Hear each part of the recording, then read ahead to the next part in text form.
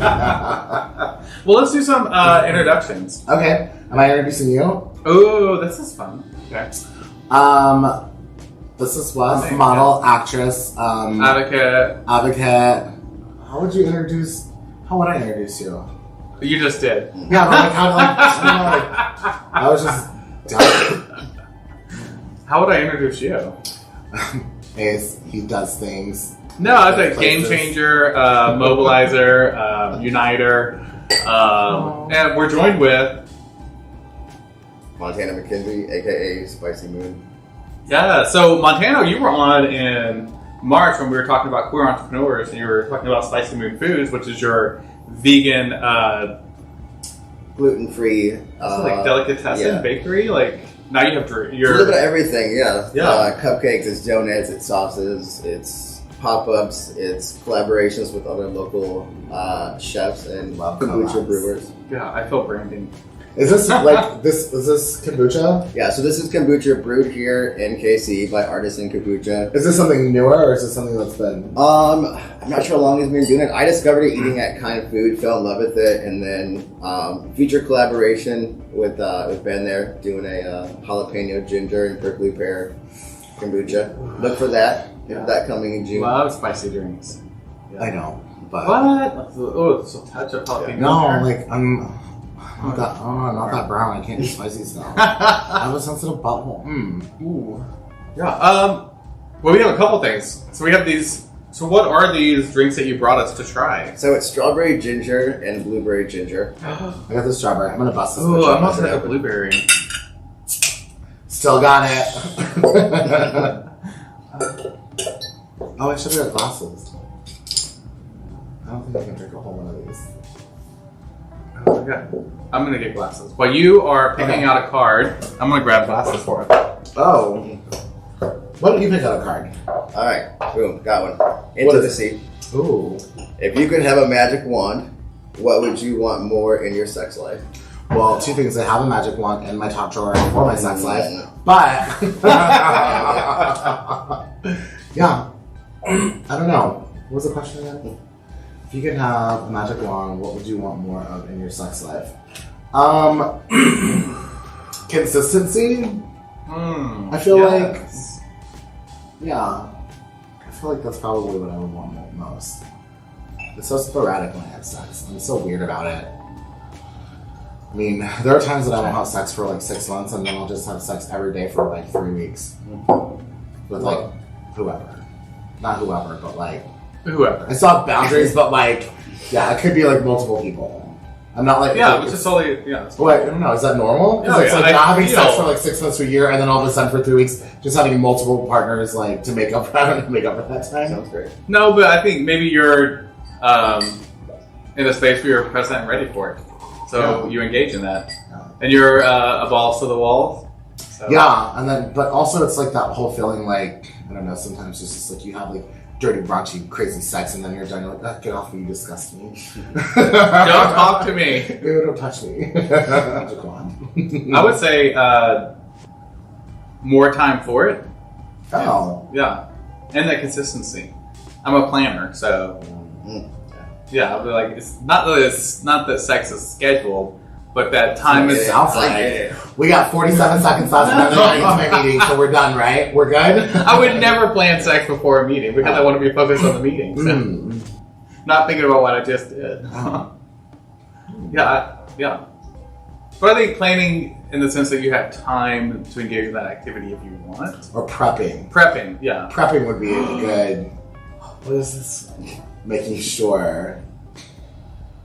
I feel for a magic wand, because you said prepping, that I didn't have to prep for sex. That's good. I would love pay whatever the amount of money would be needed to do that. Yeah, we never had to do that again.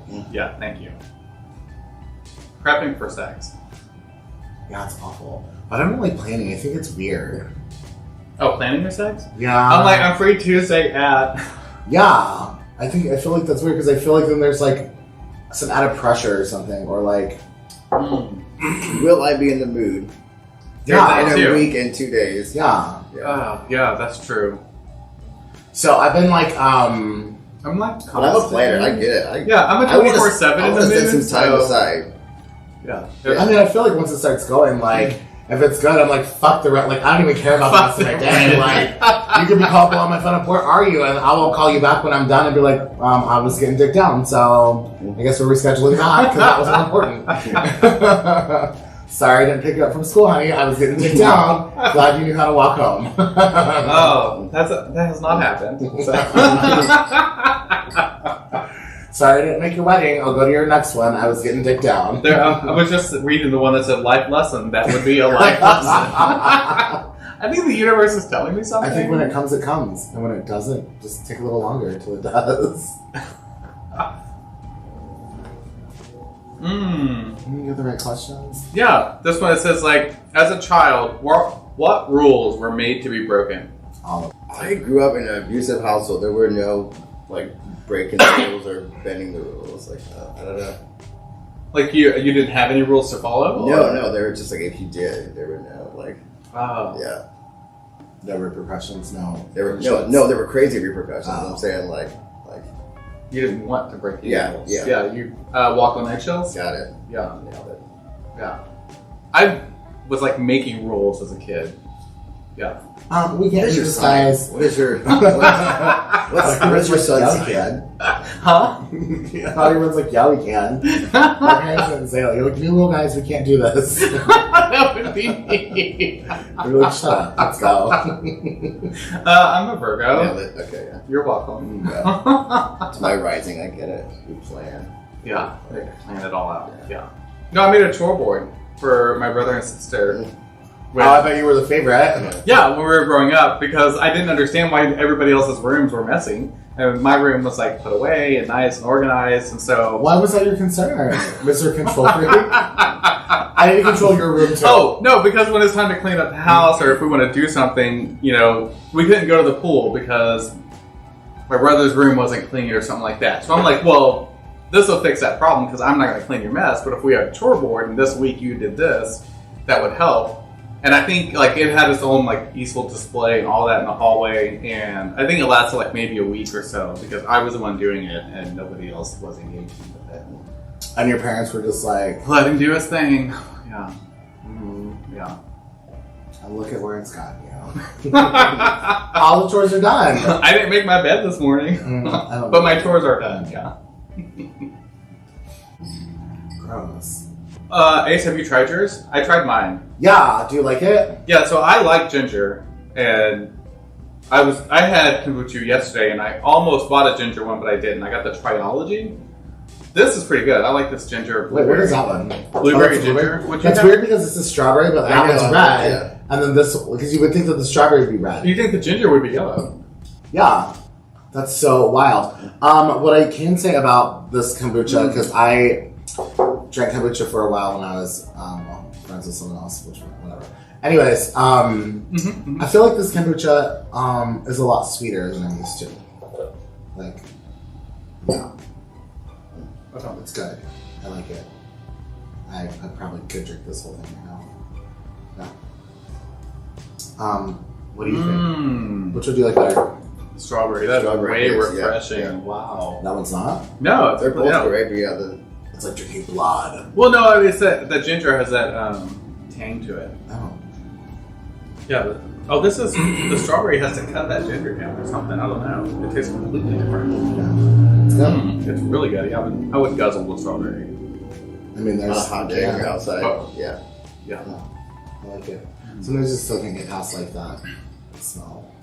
Oh, I guess it's the fermentation. Yeah. Yeah. I don't know. Ferments have the Scooby or whatever. You see the little flaky. Yeah.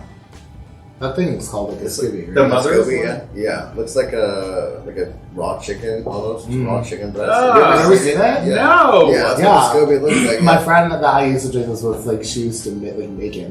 Oh, make it. Well, I mean, she started like making it. We wouldn't drink her made like. No.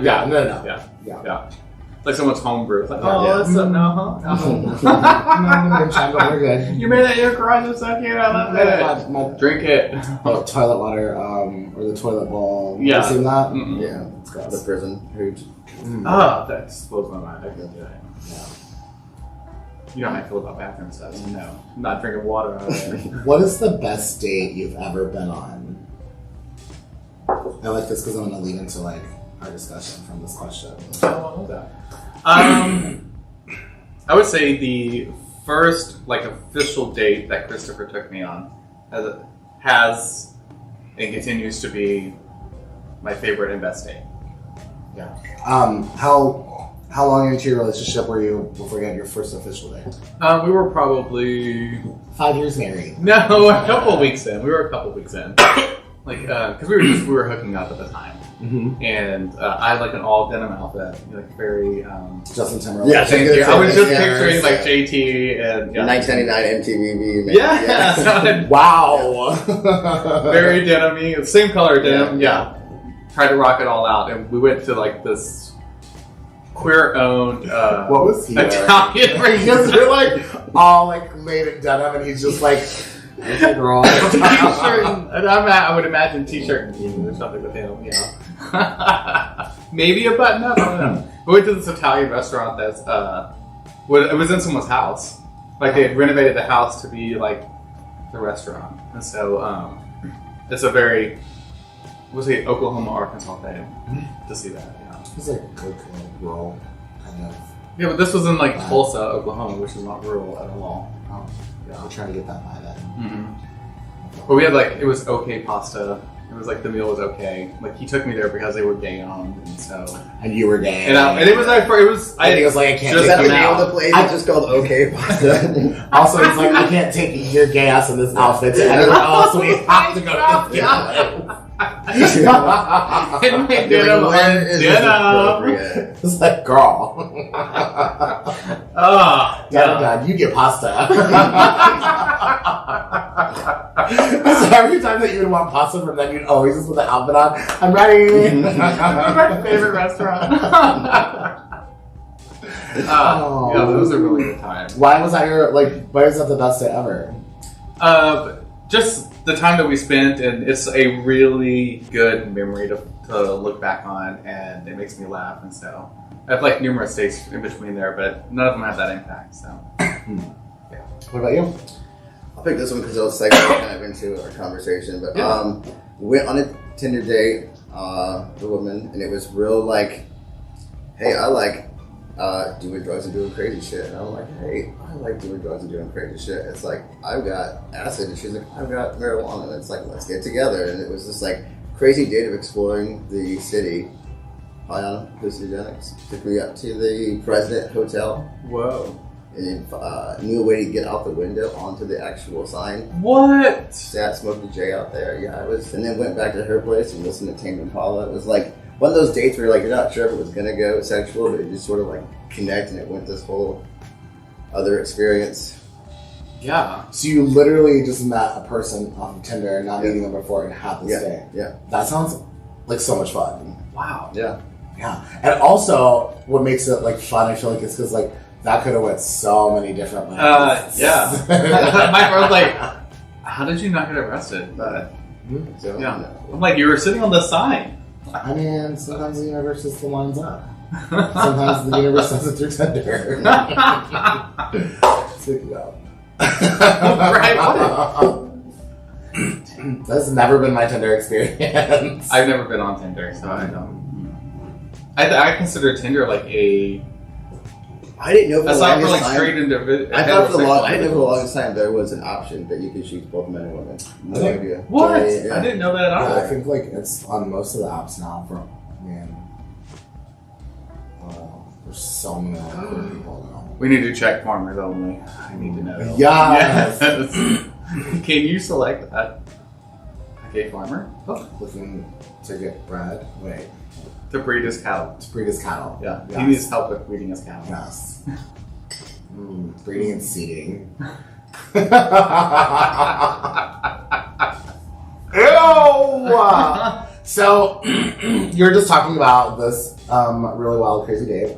Yeah. And you just said, like, too, like, you didn't know if it was going to go sexual or what it was. Like, How did it? And how was that determined? No, it was kind of just like hanging out, getting to know the person, and like going back, and then we were like soaking wet from like being out in the rain that night, and so like without like getting undressed, it would go that way, and it just sort of like this sort of unspoken like, like it was just kind of, it was like, it wasn't even talked about. It was just sort of like, went back into like listening to music and smoking and stuff. It was like, it was cool. It was cool in that sense where like neither person had to feel awkward about it. It was just sort of like.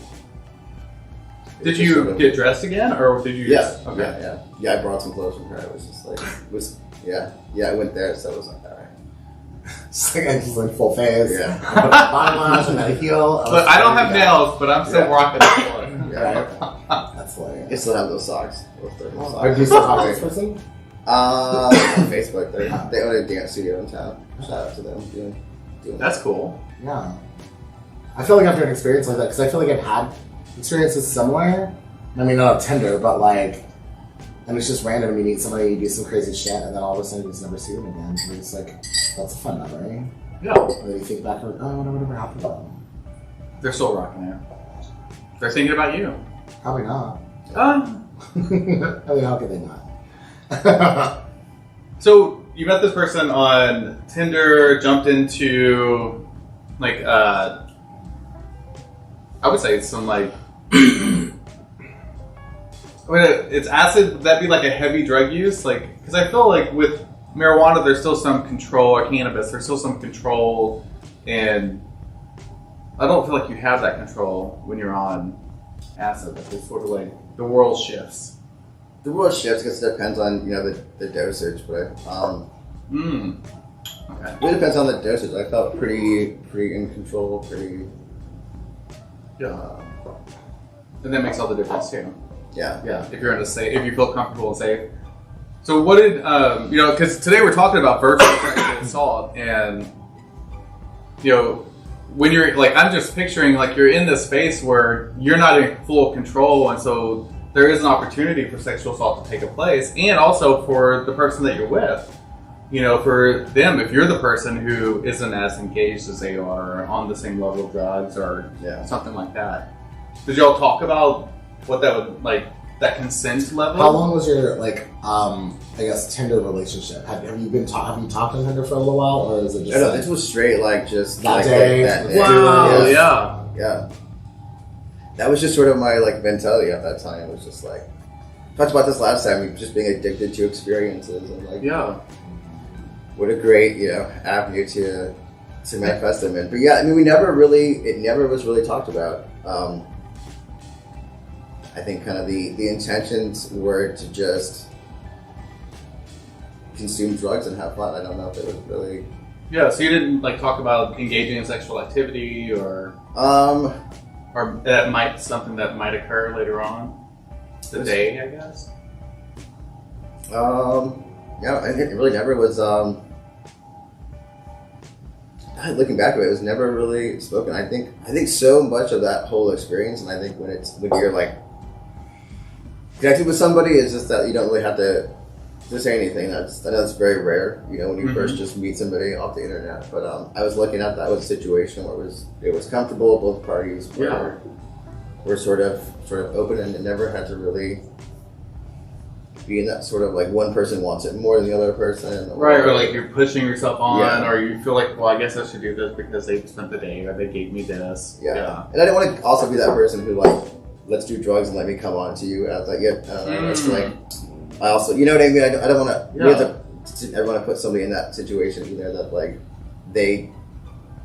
because now they're So like, I guess that's also my mindset going into it, was like also making someone else feel comfortable and safe. And I keep having this running around the back of my head that if this was a same-sex conversation, like a gay conversation, I would not be shocked at all that you engage in that activity. But because it's like in a heterosexual relationship, I'm like, wow, I can't believe you guys did that. But if it was gay, I wouldn't think twice about it. I would not be shocked. Oh, changing your mindset. Mm-hmm. It does exist. I mean, most of my hookup experiences like that, I've known gay men. There's been an occasional heterosexual woman that is.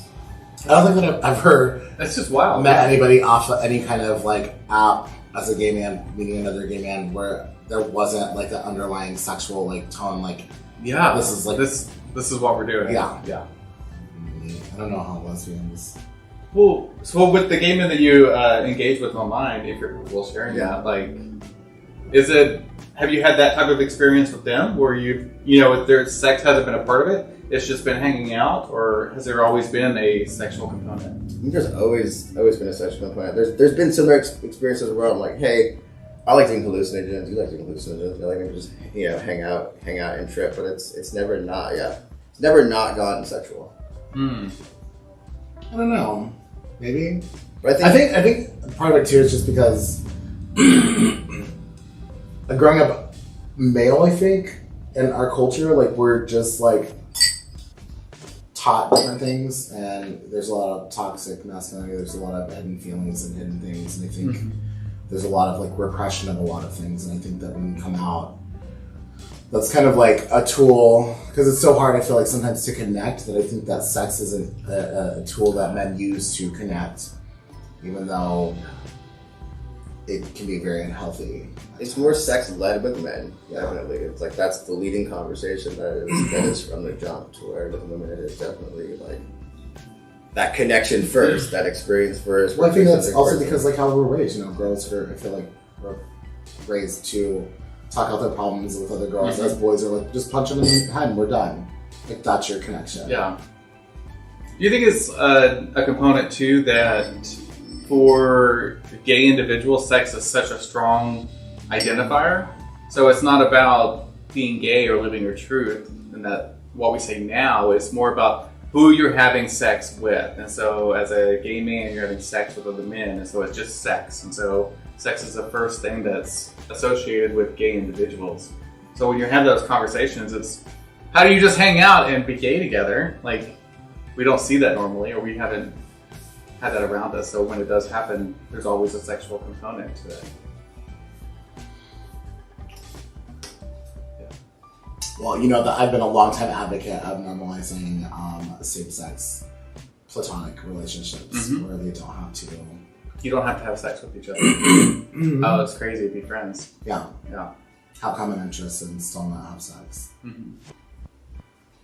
Which, I mean, is possible in a heteronormative relationship, friendship. I have a hard time making and maintaining platonic friends with gay guys. It's like, even if we engage first in sex and then wanted to scale back, and it's just sort of like someone catches feelings and then it's like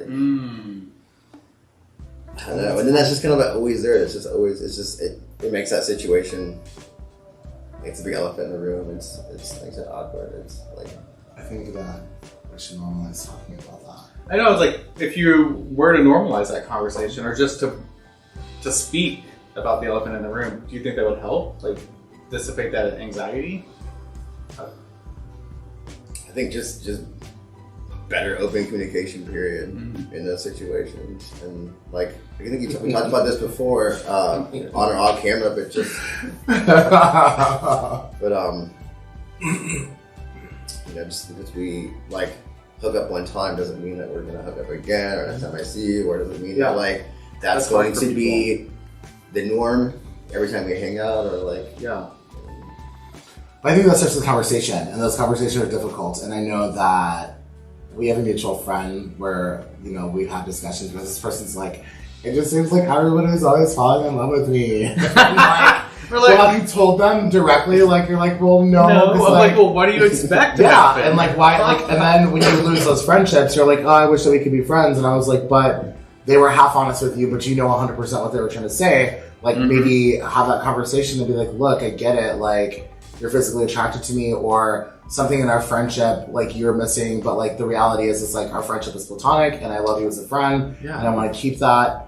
But even for that person who's had this happen to them multiple times, I feel like it's still difficult for them to even have that conversation with people. And I'm like, dude, you're losing friends because of it. Like, just have a conversation and be like, just be honest. Yeah. And if you lose a friendship after that, then at least like, you did everything you tried, and It's like that you communicated what you needed to happen. Yeah. And that's on them. It's not on you that you lost the friendship. And I think that it's so hard for, in my experience with gay men, to have any kind of rejection. And I think people take it so personal. And it's like, no, like, and I've had friends, I'm like, I don't think that you're ugly, I'm not vibing. Yeah. Like that. Like, I love you, we're total sisters, we can kiki, whatever, but like, I just don't vibe like that with you. And also, two things can change. But people get so upset, they're just like, well, I guess we can't be friends. I'm like, why? We had so much fun together. Yeah, we can still be friends. We Yeah. just don't have to have sex right now. Yeah. We're fine. Or ever. Or ever again. Or Which is totally fine. Yeah. And who knows? Maybe things will change. I've been friends with boys for a long time and was like, no, never. And then as I got older, I was like, hey, do you want to fuck? I was like, yeah. I'm like, cool. Actually, yeah, I'm in the mood right now. What was the question? Well, what have you experienced as far as like personally from virtual, sexual assault? Has it been like, would you say more male dominated or more like female dominated as far as? I'd probably say male. Gotcha. It's been more male dominated. I think if you look at how the apps are structured, if you look at like Grindr and Scruff versus Tinder and I don't know, Plenty of Fish, whatever the other ones are out there. The way they look, the way they're structured, like the way like the profiles look. I mean, it's just feels too different, geared towards two different. Yeah. Definitely. What's a lot in your pictures? What's a lot in your profile? Like, yeah. And so there's sort of this is there an expectation that if you go on there that it's like what it's going to be and it's going to be about sex and it's like it's almost like are these explicit norms that are on here and it's like that you initially are just going to abide by them because you're on that website and that's just what it's. Yeah. So is that what you gear, like, when you're talking about these norms, like, putting that information on your profile, like, the type of sex you're looking for? Yeah. Or the type of sexual activity you want to engage in?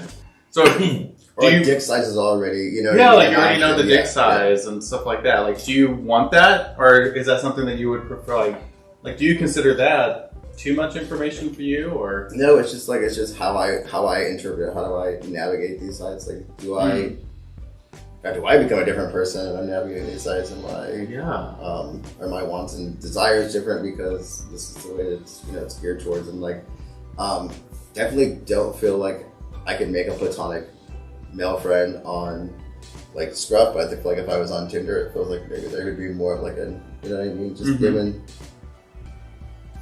the nature of the platform. Yeah.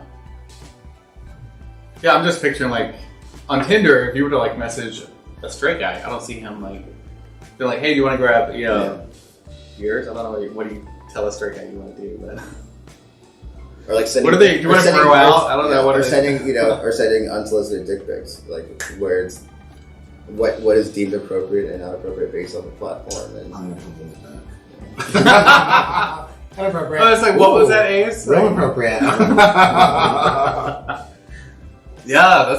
Yeah.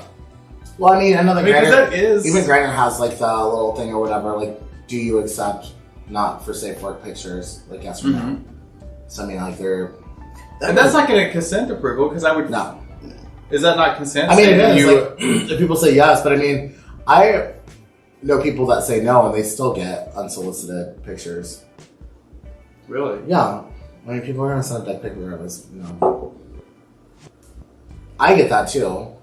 Like, and nothing's more jarring when like you like somebody message you and you open it up and it's just like a gaping asshole and you're like, whoa! Yeah. Two things. Everyone has assholes, but I just definitely wasn't prepared and I said, please don't send me things like this. So is that sexual assault? Like a virtual? I would say probably. Because if that happened in real life, if someone approached you and did that, flashed his asshole in your face, like that, I would be Like the only difference is that there's a screen. I've never thought about that. Some assholes I want to see and some I don't. So I've had experience leaving a gay club and having someone drive past and forward window down and hey, come over and chat. Their dick is down, they're jerking off. Like that. I'm going to gay club with you. That was like You know, in that situation, that was, you know, when I was, unwarranted and unwanted. And in that situation, I was like, oh, that felt like, it just like this sort of creepy vibe. But it was just the whole experience. It wasn't necessarily just someone flashing their dick. It was the whole vibe and the whole approach to it. And that felt like sexual assault. That I left feeling like I did not want that. Like, what was your response? I said I was good. You know what I mean? And continued walking towards back to what my friends were. You know what I mean? And you rolled the window, and that was cool. That was that was it. Like not my Uber guys. Sorry. Yeah. But I mean, like someone just sending me an unsolicited dick pic on Grindr would not annoy me or not. It would not put me in that situation where I felt like uncomfortable. What was the response from your friends when you went back to your booth? Did you tell them? Yeah. I don't even remember.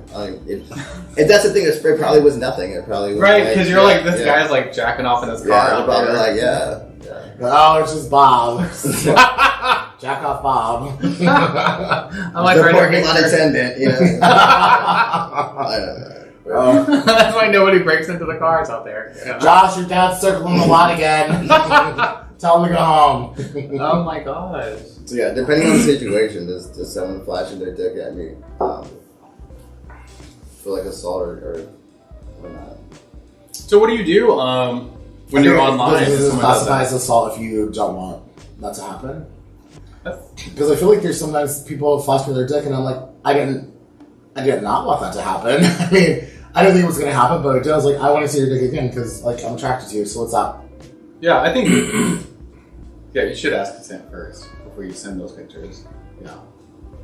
I mean, I treat it just like the real world. Like, if somebody's going to pop up in front of you in the real world and show you that, and it's not appropriate then, it's not appropriate now, just because it's on a phone or a tablet or something along those lines, or email, or Facebook Messenger, like that's. I don't ever get messages like that. I get more nudes in my Facebook Messenger than I do on Grindr or Scruff. That's wild. I don't ever get anything remotely like people that. People ever. solicit me on Facebook Messenger, and I'm like, do you realize that this is forever? Yeah, like, you can't ever erase this. And so, that like, Facebook owns it. Yeah, I was like, that's so weird. And also, like, I think I've maybe talked to you 3 times in my life. So I'm free Wednesday. No.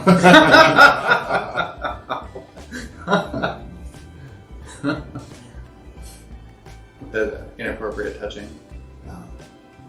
But also, I'm pretty vocal. There's a lot of people that aren't, which is like shocking to me, especially like, you know, from like working on this side of the bar and the other side of the bar, and you see people that you think like are adults and like have their shit together and like whatever, but like you can see them kind of scurry away from people that are molesting instead of being like, hey, look, I appreciate that you think I'm attractive, but don't touch me anymore. Oh, they get upset because you tell them to put it away. Yeah. I'm like, stop being a kid. Put it up. I think what definitely normalizes some sexual assault in the queer community is porn. And I think that gets talked about enough, and like there's sort of like a lot of teens learn, like, you know, from watching porn what they think are like expectations and in real life situations, and like what they think other partners want, what maybe feel good or doesn't feel good. And so like I think I had sent you something like a couple weeks ago about like some high Unsolicited porn. We're trying something out. Yeah. It was like some high percentage of the number of like sort of like assault or aggressive titled porn titles. Like it was like something like 30% or even higher than that. It was porn titles have some kind of like assault or related name or whatever. Yeah, it's the largest study of porn reveals 1 out of 8 titles shows first-time users describing sexual violence. I haven't thought about that before, like for younger individuals learning from porn, like how to engage in that sexual activity. I can see where a lot of that consent is missing, especially if it's not in front of my salad. Like I can't think of what those porn scenarios are where, you know, like the person's walking, you know, like in a store shopping, and then behind the aisle, they go, you know, you see their heads like this, but behind them, they're like having sex. Oh, like, people are like walking around the store and doing stuff. And which store? They're usually in Florida. And In a parking garage or something along those lines. Yeah. I guess this year too with like with group sex and getting like consent or like adding partners or like people coming in while having sex. And then you got group sex and then like the consent and like you may have consented to having sex with 3 people, but now 5 people are here and you're like in the act and you're like, you know what I mean? And so like, how does that play out when you're, when you are a guest invited? I mean, I've been in situations where I've just had sex because I felt like obligated, but that was my own, trauma response to sex. And I think that's a really good way to say that, like a trauma response, because you felt obligated. Like, what in that scenario would make you feel obligated? Because I think people would react. Everybody reacts differently in that type of situation. At drugs too, it's like some people are like, you came here to get high and to do drugs with me, and now we're going to engage in this sex, and so it's almost like this exchange that you owe somebody, or like, and so yeah. And so like to feel like you could speak up or to say something, or like there's like that, we add power dynamics to it too as well. And you don't really have you don't feel like you have a choice, or maybe it's not appropriate for you to say something at this point. It's gone too far. Or like, am I going to look stupid? Am I going to look like the person who's like tapping out and says like, I don't want to do this? You know what I mean? Like that. And then if you're under the influence of something, I can totally see that being harder. Yeah. So the lines get blurred. Consensual turns non-consensual very quickly, or can turn non-consensual very quickly. And I think we were talking about this earlier. Like, if you're under the influence, is consent still consent? So like, does that consent change now that you're under the influence and they're bringing other people into the group, and you only agreed to 3, but you can't? I mean, if you say, yeah, that's cool, like, is that still consent because now you're under the influence? Ace, what about you? I think you recently just made a post where you were, like, looking for some group sex. Oh my god. How did... You don't have to tell us how it played out, but oh my what god. was it like? It played out to a lot of people sending nudes in my Facebook Messenger. And like, yeah, it did. And I knew that was going to happen, and that whole post was like 100% just me fucking around and joking or whatever. And I was like, the friend, like, some people, I'm like, I know, too bad we're not inside having a gangbang. Like, no, it's nice. Like, we were that's joking. close to being like, I want to post that. What does that be like? You should. What you get is a bunch of responses from people that it definitely like filters out. Like, okay, now I know that you're into gangbangs, and I know that like. Yeah. Also, I just would have never thought that, but cool.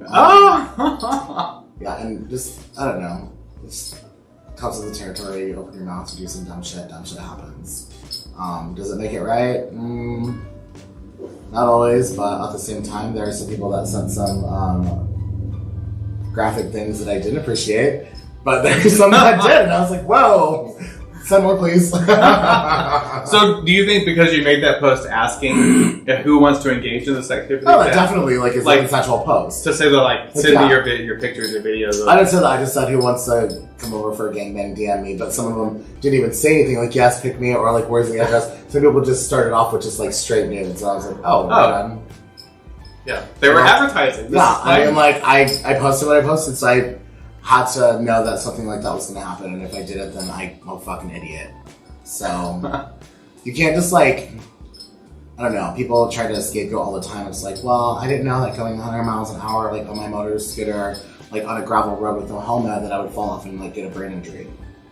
Okay, well then you already had a brain injury because you're stupid. Yeah, you didn't realize that was going to happen. And not to say that things like that should happen. I mean, I'm not saying, well, I went to hang out with a friend and we were going to hook up and we started smoking weed or whatever, and then you invited a friend over, and then just too many people were there, and then I got raped. No, that's still not your fault. Like, you didn't consent to getting raped, you didn't consent to things like that, but also, I feel like when you're in an inebriated state, you should know, like, you should grow up a little bit. There are times that, I mean, even working at the bar, where 35-year-old men would come in with a couple of their friends, and this person would get fucking wasted, and his friends would leave, and then we'd have to be there taking care of them, trying to get them a ride where they can't talk, they can't open their phone, and it's like, number one, like, if something that were to happen to you and you wake up the next day, I feel like, number one, that sucks that happened, but like, you should be an adult enough to realize, like, don't fucking do that. Of course something bad's gonna happen. You're lucky that somebody was there to take care of you. because you acted like a fool. It's weird. Yeah. I mean, when things are under your control and then they go bad, if you're an adult, I'm just like, that's on you, bro. It sucks that happened to you, but still, you got to take responsibility for that. And unfortunately, if this was a hard lesson that you had to learn, if you got too drunk and couldn't make your way home and you passed out outside and somebody robbed you, it's partially your fault. That sucks that happened. I didn't want that to happen, but it's still your fault. Well, what are some things that you do to protect yourself online? I'll say the same question for you. I make sure, to post, I'm not looking for certain things, and please don't send me stuff. I'm very direct. Or if sometimes I get out of another city, only looking to fuck. I don't want to have conversation. I don't want to be your best friend. I'm only here for a weekend. Who's DTF? You know what I mean? Yeah. So it's kind of just favorite song. I think being direct is number one to me, just because my personality is so easy, and I don't understand when people can't do that. But also everyone's different, and everybody has their own traumas they're dealing with, their past traumas, things and experiences that have happened to them. But I just wish sometimes that people could be more direct. I think it would save a lot of issues, problems, heartache, honestly, future trauma. Yeah. So I don't know if that's something that, a therapist could help, and just I don't know, if you have to go to some Tony Robbins and look in the mirror and you are worthy, you are good, but or that does work. Yeah. A therapist telling you, yeah, making sure moving forward that you are a little bit more confident and secure, being direct of what you. You don't always have to know what you want, and I think that's something that I've learned growing up. Is I may not know what I want, but I 100% know the things that I don't want. I don't want to be raped. I don't want to engage in this conversation right now. I don't want to wear this outfit. I don't want to do certain things, and that can change from moment to moment. I don't know, it's just, yeah. And I've been out and I've seen people that are being harassed, and I'm just hey, what's up? What's your name? Wes? Cool. Do you know Wes? Awesome. No, you don't. Do you want him to keep talking to you because it feels like you don't? Are you okay? And you're actually, I don't. Wes, cool. So this person doesn't want you to talk to them. So maybe you go away? Yeah. And I've had so many people thank you so much. And I was yeah, maybe it's just so... get a little confidence. That conversation took 11 seconds, and now you're free the whole rest of the night to hang out with your friends, when you could have just been look, bro, Wes, is that your name? Cool. My name's Ace. I appreciate the, whatever's happening here, but, I'm not interested. So, here's my friends, can you please just walk away? Yeah. No harm, no foul. There's a lot of confidence. And also, that confidence that comes with you is empowering, but also, that should be a teachable moment for us to be okay, I just got shot down. I should have read the cues from this person that this person wasn't even remotely in this conversation and was able to see that this other individual isn't comfortable. I should have read those social cues. Yeah. So for you, it would be your directness, your confidence, your self-empowerment that allows you to protect yourself in those spaces. What about for you, Montana? For me, one of the things is just being clear and direct. But I'm going to try to explore kinks and fantasies and things that may involve a little bit more pushing your boundaries. But yeah, but that involve maybe having a closer connection to somebody or some trust building. I think I don't want to jump back into it, but I think some of the things too with consensual going non-consensual, trying to explore kinks and sub-dom stuff, and it's when is it maybe gone too far? How do you speak up and say that? So, you know what I mean? Confidence, like you said, going into the night, hanging out. I could meet you. I could want to have sex with you. When I get home, maybe I don't feel so well, or maybe I realize, fuck, it's 5 o'clock in the morning. I have to be up somewhere at 8. As much as I want to, that consent can stop at any time. Yeah. You are we could be making out, and I could look down to half naked. It's 5 o'clock. I'm sorry, you have to go. And making those boundaries clear, and knowing that, my consent can change from moment to moment at any time for any reason, and I don't have to explain those reasons to you. No, that's the best thing about it. Yeah. When I'm done and I say no, then we should get that. How to normalize that though? That is the norm when hooking up. Because it's typically in the other person's favor. I feel like if you're uncomfortable, they're winning in this scenario, especially if you don't feel confident to say something. Like, I just watched this movie the other day. It's called Promising Young Woman. It just came out. It is so good. does it touch on? 100%. So basically, the movie starts out with this girl, and she goes to this bar, and she pretends she's really drunk, and these nice guys like pick her up and like end up taking her back to their house and like basically try to rape her. And halfway through, like they'll pull her panties off and everything. She'll stand up and she's like, "What the fuck are you doing?" And they'll like freak out. They're like, "You're not drunk." She's like, "No, I'm not drunk." Like, and like walks them through like, you know, I thought you were a nice guy. Like, what's going on? Like, you want me to leave now? You wanted me to stay like the last 20 minutes? Like, yeah. We're good. Like, what's going on? And it gets into like some more deeper things, and it's such a good movie, but also like it's so just like numerous times she's like, "Stop, don't, I don't want to do this, blah blah blah," and the guys just keep pushing. And Each time saying, "I'm not consenting to the next act." And these guys are not listening. Wow. But the whole time she's sober. Yeah, she's pretending to be drunk, which is a whole part of the bigger picture of the movie. But like, you get the front part of it. It was like, wow, that's crazy that she's doing this, and like obviously she looks crazy. And these guys freak out, and they're like, I'm not gonna say it or anything, but she's, you know, people are like, oh, like, well, does she hurt them? Does she kill them? What does she do? Not gonna tell you what happens. She does this, and then they take her home, and they're nice guys helping her home. And then when they're in the cab, they're like, why don't you just take us back to my place? And they try to feed her drinks. One guy like literally was like trying to like stuff Coke in her nose. Wow. Yeah. And she just was like, no, I don't want to the whole time. And then when she like falls asleep-ish, then they start like trying to undress her and molesting her, and she's still like, stop. They were gonna rape her. What do you do? Yeah. And then she just sits up and she's like, I said, what the fuck are you doing?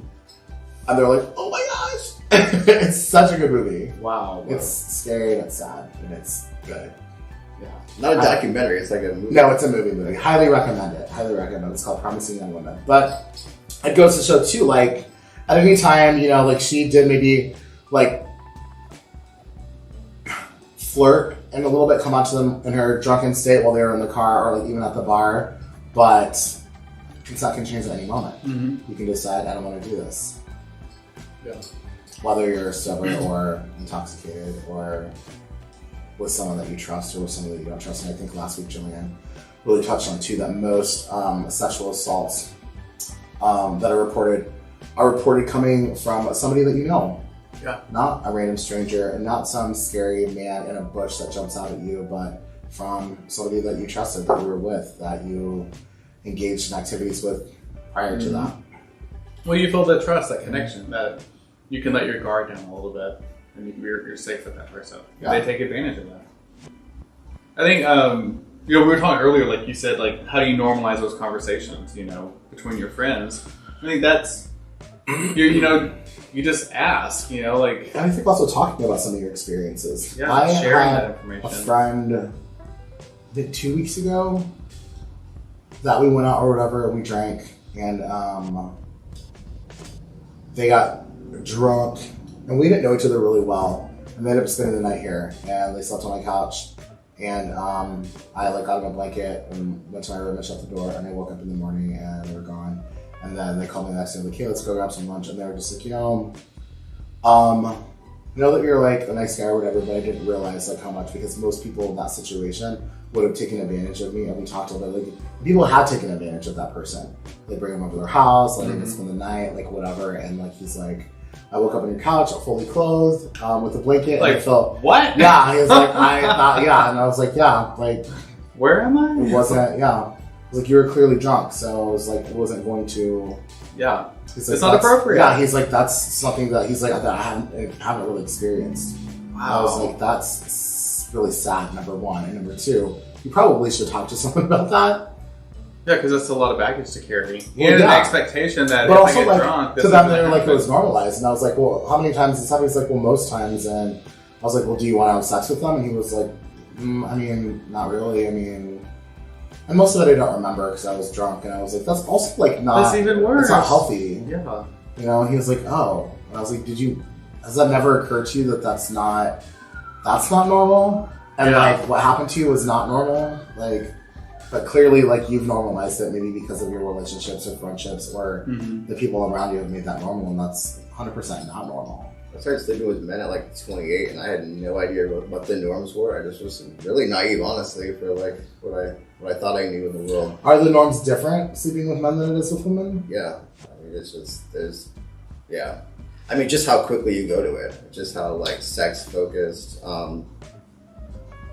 But yeah, just like there were, like I said, there were a lot of like things that made me uncomfortable that I thought were like norms in the beginning. That like, oh yeah, you know what I mean? I'm like, I wish I would have, you know what I mean, said something then. But like, just kind of like I said, just being naive and not really doing my own research and talking to people, and I just let other people guide me to what they thought was the gay experience. And is that how you got to your conclusion? Was by talking to other people, sitting back and watching, or just going through it so much and you're like, wait a minute, I want to do this?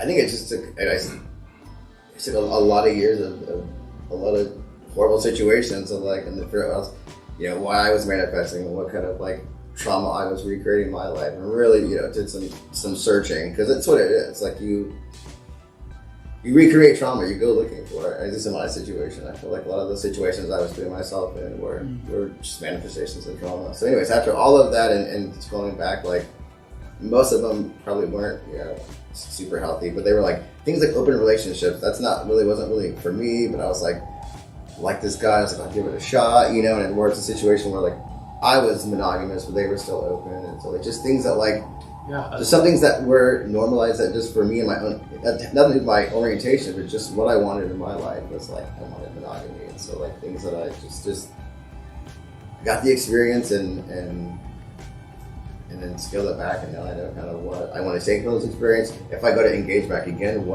how I would set that up differently, how I would engage, how would I talk about things and frame those boundaries ahead of time.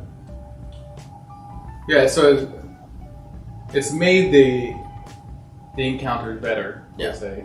But you shouldn't have to go through those levels of trauma or those experiences to reach that level. I think of like, I had a different experiences than for gay relationships, because I started in a relationship, so there wasn't, like when I came out, I met my partner shortly after that, and we've been together ever since. So. Oh, fairy tale story. I do wake up to birds chirping. That is my alarm. It's very distant. And little nice sewing a new gown. Yeah. Yes. Pumpkin coach.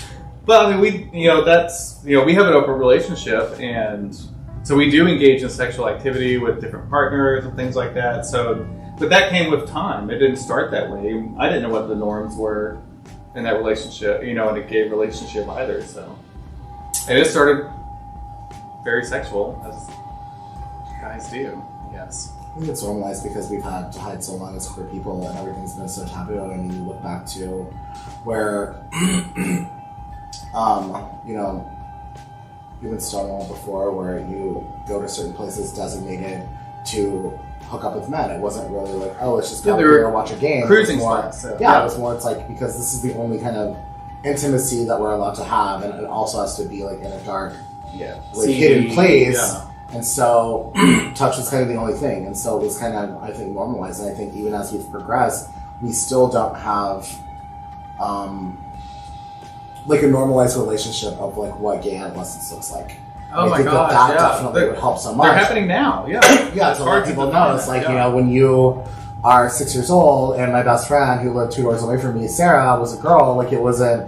That was normalized. I could be friends with a girl, and our friendship was, young and innocent, and we'd climb trees and ride our bikes and hang out and eat cupcakes and stuff. But it's not normalized for two queer boys, and it's also not normalized for boys with each other to eat cupcakes and hold hands and play jump rope, or it's like for girls, it's okay if little girls are holding hands and hugging each other, but not for boys. So it's like that very much normalizing like our gender roles, which are detrimental and lead us into being okay at 15 years old, hooking up with some 30-year-old off an app, and not realizing that person is a sexual predator and you've been sexually assaulted, molested, or raped. Yeah. And it's just like, that's just how gay boys do it. That's just how we do it. Just, walk into a bar and just grab someone's butt that you think is cute. It's like, no, that's not normal. But we've normalized it. We've normalized it. Like that, like you said, that was the form of communication communication. But it's also we've normalized like not just. But we're not in that state. We don't have to maintain and that communication. It's like even then, it's like I know like you would go to like a bouncer or to a bartender and be like, hey, like this guy won't leave me alone, or like blah blah blah. Like, well, I don't know what you want to do. Why did you come here then? Yeah. Yeah. Why are you here? Yeah. Like why am I forced to leave when I'm the one being attacked? Why is it this person being addressed and reprimanded or asked to leave? Yeah. Like that's the normal like that we've lived in, and it's just I feel like things are changing now. Also, they're too, like for the future, like like having safe, sober places to meet people that you meet off the internet, places where there's not the expectation of money. So no bars, no restaurants. That's it. Right now, the only thing that exists is the library. I was like, you have the library and a park. I guess. We still have those. Yeah, oh, that's so vintage. They are.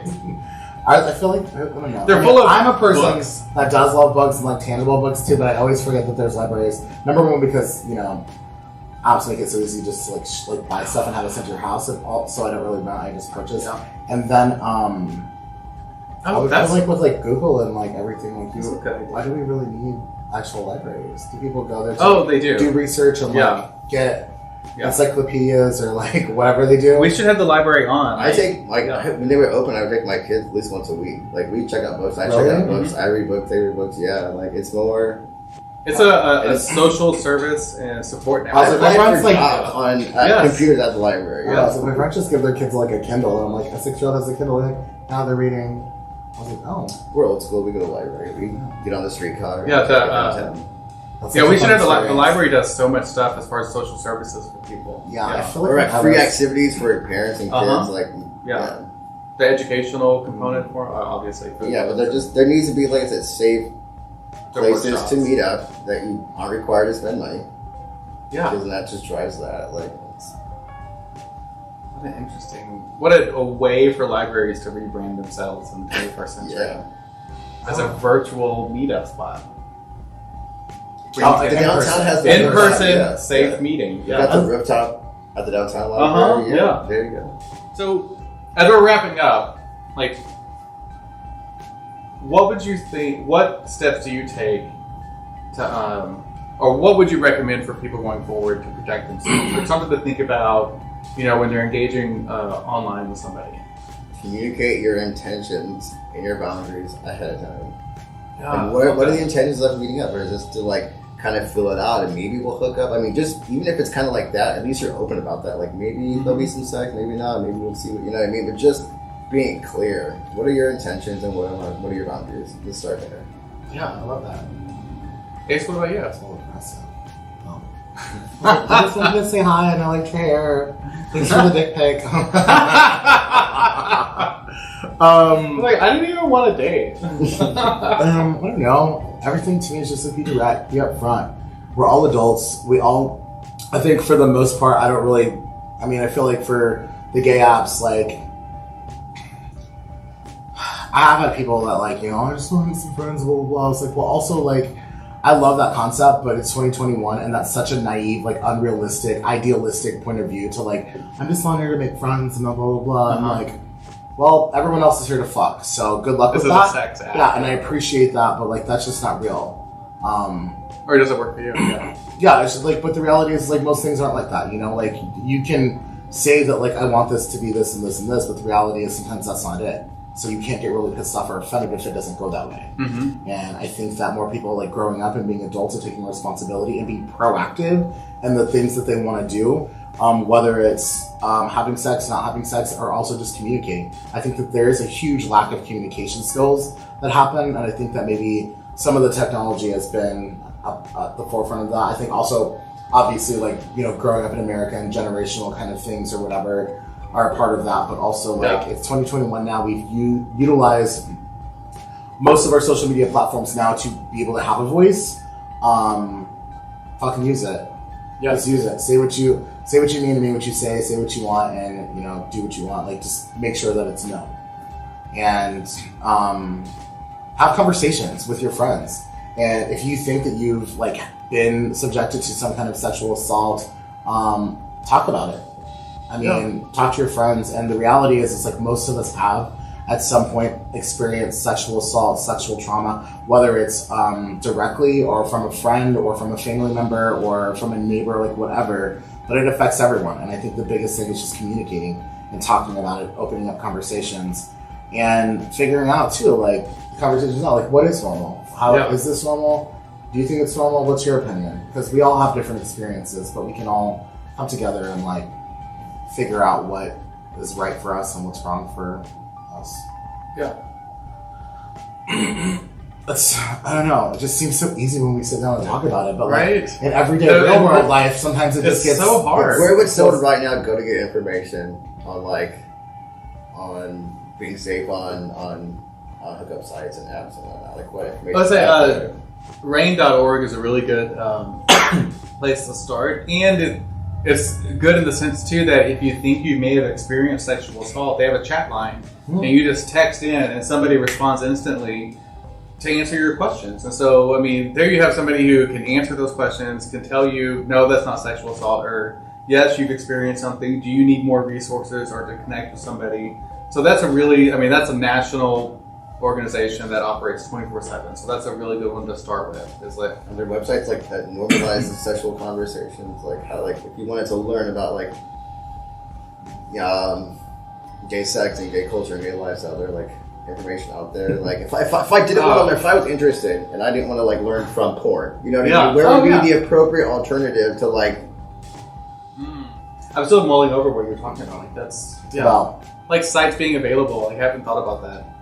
Well, I think too, like that also, like it changes constantly. It changes with the evolution of technology. It changes with the evolution of people, like and their understanding of sex, so vocabulary. And there's there's no like what was like what was the question? It was like basically like what would be the safe, better educational alternative than to learning about gay sex on through porn? Yeah, that kind of just sounds very much like how do I be gay, or how do I have gay sex? And it's like that, number one, that's a very personal thing. Like, and it's different for everyone. Some people enjoy different things than other people, but also, like you said, I love the fact, like, I think the more what's a more sex positive website I could go on versus learning different things? I would want to know, like, where you would go to, like you said earlier, what if I am thinking about getting into some kind of, like, scene or fetish or whatever, and my consent's at this level,